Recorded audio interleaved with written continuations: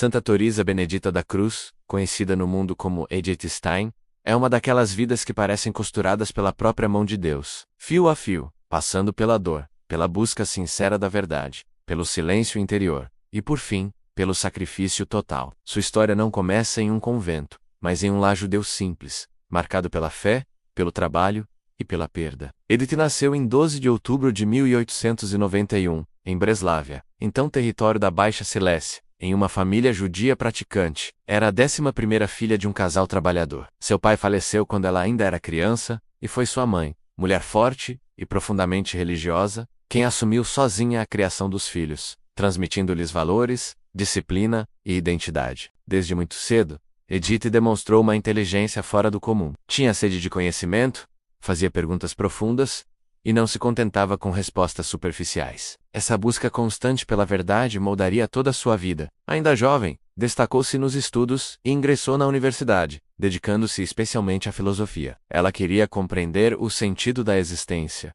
da consciência humana, do sofrimento e da verdade. No entanto, à medida que avançava intelectualmente, Edith viveu também uma crise espiritual. Aos poucos afastou-se da prática religiosa judaica e chegou a se declarar ateia. Não por rebeldia, mas por honestidade interior. Ela não conseguia professar uma fé que naquele momento não sentia como verdadeira. Mesmo afastada de Deus, Edith nunca deixou de buscar a verdade. Sua vida intelectual era intensa, exigente e disciplinada. Tornou-se discípula de grandes filósofos de sua época e construiu uma carreira acadêmica promissora. Mas algo ainda faltava. Apesar do sucesso intelectual, havia um vazio silencioso, uma inquietação que a filosofia, sozinha, não conseguia preencher. Edith buscava a verdade total, aquela que não se limita à razão, mas alcança o sentido último da vida. Esse encontro decisivo aconteceu de maneira simples, quase silenciosa, como costumam ser os grandes chamados. Em 1921, ao visitar amigos, Edith encontrou um livro esquecido sobre a mesa.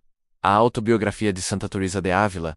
Começou a ler por curiosidade intelectual, mas passou a noite inteira imersa naquelas páginas. Ali, ela não encontrou apenas ideias, mas uma experiência viva de Deus. Ao terminar a leitura, pronunciou uma frase que mudaria sua história. Esta é a verdade. Não era um entusiasmo passageiro, mas uma certeza profunda, serena e definitiva. A partir desse momento, sua vida começou a se transformar. Edith compreendeu que a verdade que buscava com tanto rigor intelectual tinha um rosto, tinha nome, tinha presença. Em 1922, recebeu o batismo na Igreja Católica. Essa decisão foi tomada com plena consciência e liberdade, mas não sem dor. Sua mãe, profundamente ligada ao judaísmo, sofreu muito com a conversão da filha. Edith carregou esse sofrimento em silêncio, sem jamais desprezar suas raízes. Pelo contrário, ela sempre reconheceu e honrou sua origem judaica, entendendo sua conversão não como ruptura, mas como plenitude de uma busca iniciada muito antes. Após sua conversão, Edith passou a integrar fé e razão de maneira profunda. Tornou-se professora, tradutora, escritora e pensadora respeitada. Seu trabalho intelectual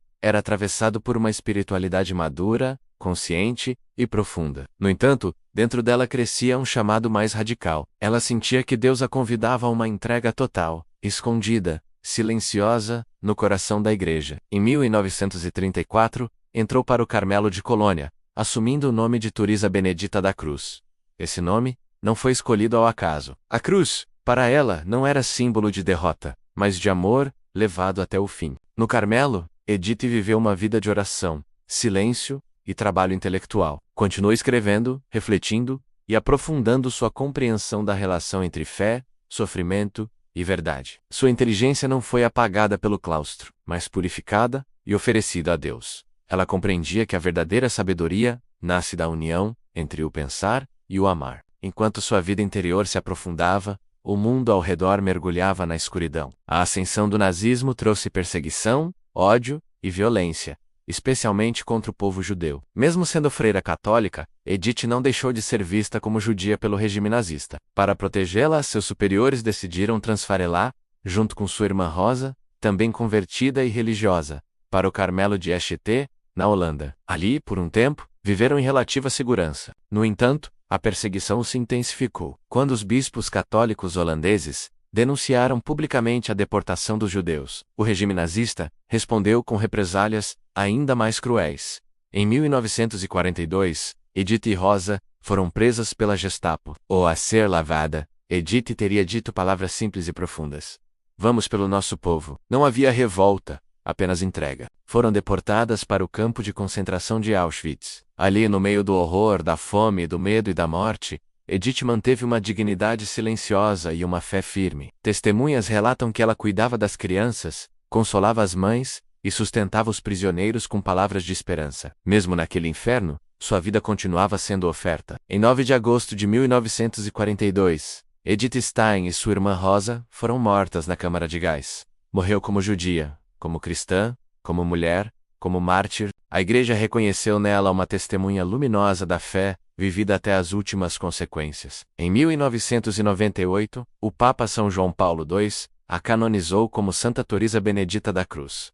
Mais tarde, foi proclamada copadroeira da Europa, como sinal de reconciliação entre culturas, povos e religiões. Sua vida mostra que fé e razão não se opõem, que a verdade não divide mas une, e que o amor é mais forte que o ódio. Santa Teresa Benedita da Cruz nos ensina que a busca sincera da verdade conduz, inevitavelmente, ao encontro com Deus. Ensina que o sofrimento, quando oferecido, pode se tornar redenção. Ensina que a cruz não é o fim, mas o caminho para a vida plena. Seu testemunho permanece atual, em um mundo ferido por divisões, intolerância e violência. Que a vida dessa santa nos ajude a buscar a verdade, com coragem, a viver a fé com coerência e a amar até o fim, mesmo quando o preço é alto. E se essa história tocou o seu coração, se inscreva-se no Fé Sem Rótulos 56, curta, comente e compartilhe.